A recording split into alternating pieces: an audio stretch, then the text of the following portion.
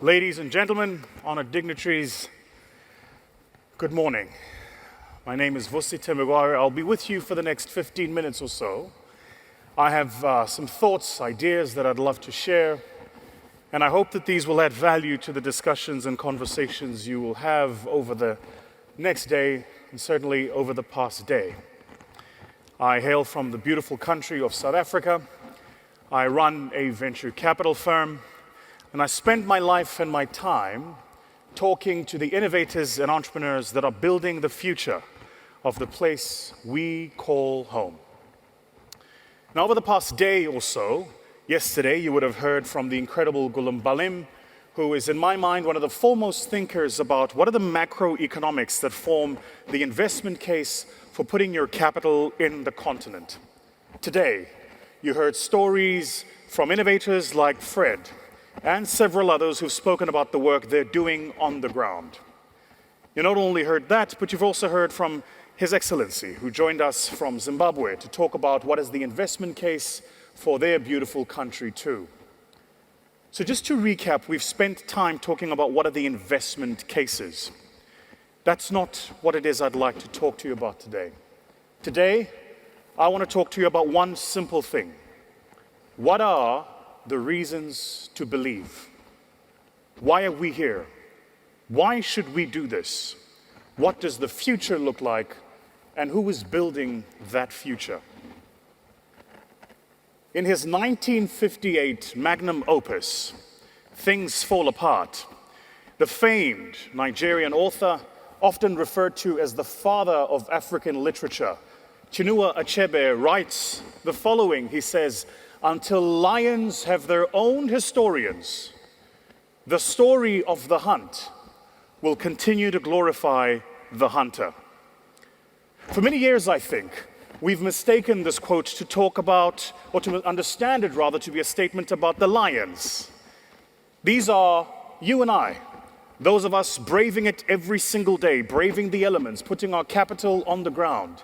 These are the titans of industry, like the incredible Mohamed Duji, who was here yesterday, talking about what they're doing with the Mittal Group in the East African corner. Without question in my mind, one of the foremost industrialists in our continent today.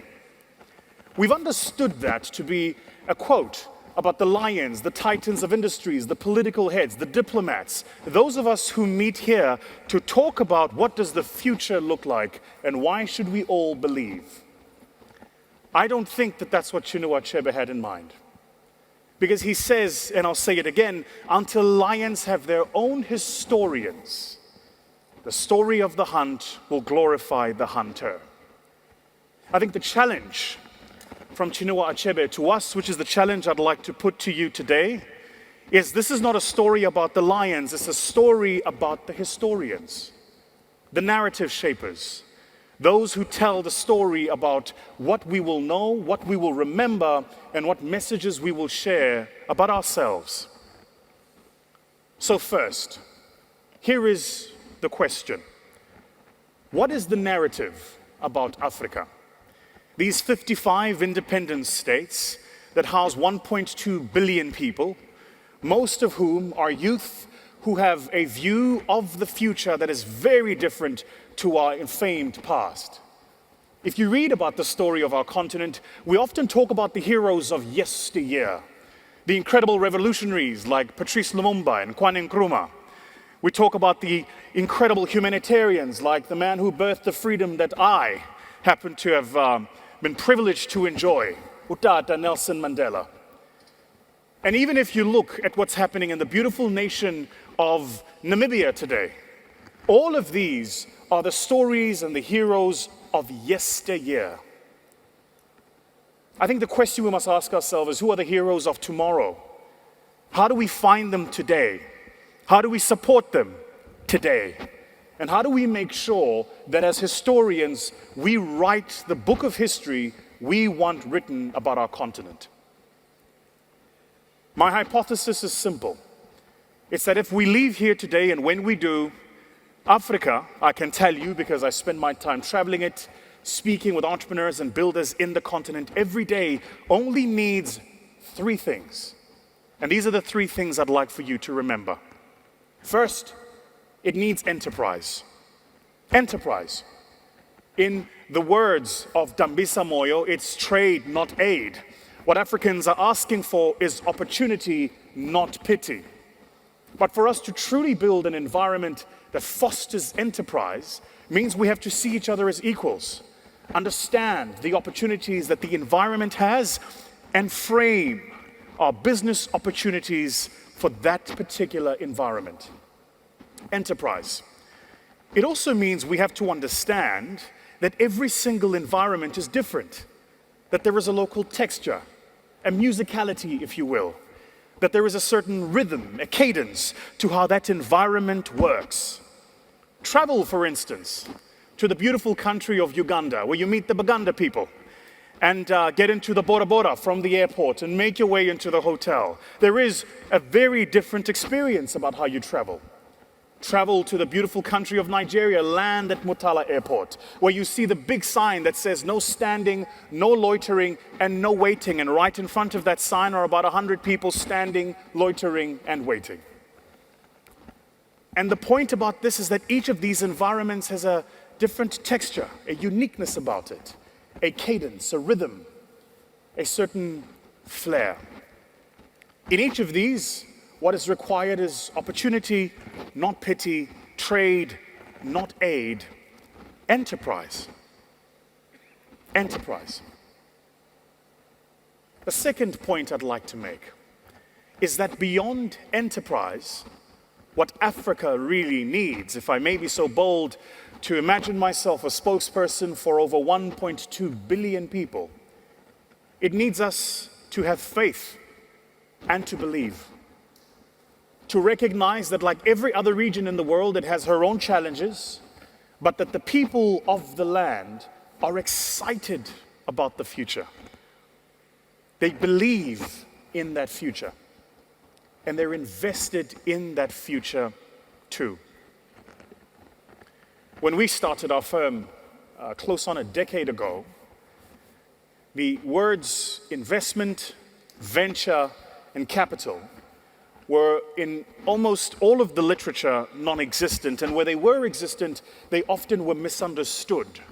People didn't understand the difference between an SME, an industrial business, or different types of financing instruments. We didn't even understand really what is a true definition of a startup. And so the work we had to do was not only the work to build the investment case for why to invest across the continent. As I speak to you, we're in South Africa, Namibia, Kenya, Nigeria, New York, where we raise capital from our New York office. So the work we had to do was not only about understanding and shaping what is this category of investment, but it was also work about helping those who want to help us understand the environment themselves. There's been a lot of learning over that time. For some in this room, I'm old enough to remember a time, or should I say young enough to remember a time, when we were told and convinced that the usurpance of the world of crypto capital, that ICOs would outbound IPOs, and they did too. In the United States in 2018, there were more capital raised and early stage financing through the alternative currency of cryptos than was in the traditional currency of fiat. Who would have thunk that we would talk about fiat, this instrument we use to trade every day, as an alternative? And that was the case. And just as quickly as that trend emerged, it just as quickly dissipated. All throughout the same, what Africans have been doing is building real businesses for real people that solve real problems. So these heroes of today, who are they? Where do we find them? I think about heroes like Fred. I think about heroes like the young man Michael Lewis, who we financed in our business, who's built an incredible platform called Cerebrium AI. It's an artificial intelligence platform that you can plug into any industrial application that helps firms that are mid-sized scale their operations without the aforementioned marginal cost growth of every production of unit. It takes a complex technology like AI and makes it affordable and on a pay-per-use basis. Now, whilst behind the scenes, and I imagine for most of you in this room, not even heard of. He's powering mid-sized businesses across the continent to compete with incumbents all over the world. Opportunity, not pity. And then the third thing, which I think is important for us to remember. And this is what I'd like to argue is the third thing we need to remember going into this beautiful continent that I call home. It is more than what it appears. It really is. It's more than what it appears. It's more than tourism, even though that's a critical part of who we are. It's more than the challenges, even though that's also a part of who we are. It's also a place where people, as I've said earlier, have hopes and dreams about the future. Perhaps in his most famous poem, John Donne argues, he says, "Every man's death affecteth me, because I am involved in mankind. And so, as John Donne says, send not to know for whom the bell tolls, it tolls for thee." That poem, written just before the Second World War, was a clarion call for all Europeans across the continent and the subcontinent to recognize that what was about to happen was that their humanity would be connected. That for the first time in a long time, what would happen on the east of Europe would affect what happens on the west of Europe. That what happens on the south had an impact on what happens on the north. And today, if there is one thing we've learned from the events of the past 18 months, this lockdown that all of us have suffered, it's that all of us are connected. And so in the words of John Donne, for those of us wondering what this means, it means quite simply, we are that generation. For me personally, as a father of 3 little children, a young African myself, this is a task I take quite personally. When it's all said and done, when the curtain closes and the spotlight is bright no more, when the exhibitions are over and our time on this fragile earth is done, what would be our legacy? How will we have left this place better than we found it? Because, as John Donne says, send not to know for whom the bell tolls, it tolls for thee. Chinua Achebe said again, until lions have their own historians, the story of the hunt will glorify the hunter. And I'm here to say to all of you, until we as historians take this medal, tell the story, own the narrative, the history of this moment would not have been written by us. And so what I hope for every person in this conversation is that beyond the sophistry and sophistication of the event, beyond the sycophant of the presentations, beyond all of that, that it becomes about real connections with real people doing real things. That we can partner with each other, bond with each other, build with each other. That we can understand that this continent of hope certainly has challenges, but behind every single challenge is a human life that has hopes, dreams, and aspirations too. And that we will take the challenge of being the historians of our time.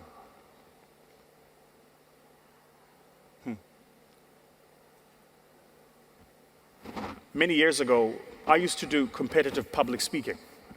And many years ago, I just won the world championship in public speaking, and I traveled back home, and we received a letter that the father of our democracy back home, Nelson Mandela, had asked for a meeting with me. So I went to meet him, as you do, and I spent an hour with him. And my mother sent me 3 instructions for that meeting. She said to me, look smart, sound intelligent, don't embarrass me. It's what I tried to do here today. And I decided the only way to do this was if I said nothing during the whole meeting, if I asked really good questions. And towards the end of that meeting, I had one final question for Utata left. And I asked him the question which I will ask you. I said to him, Tata, what is your hope for South Africa? And the question I will ask you is, what is your hope for Africa? Nelson Mandela said, South Africans need a little bit of faith, eh? And so I asked him, what is faith?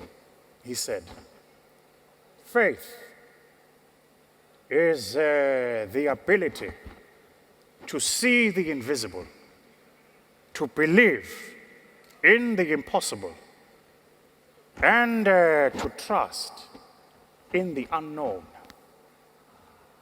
See the invisible, believe in the impossible, and trust in the unknown. Africa, a people of faith. Thank you.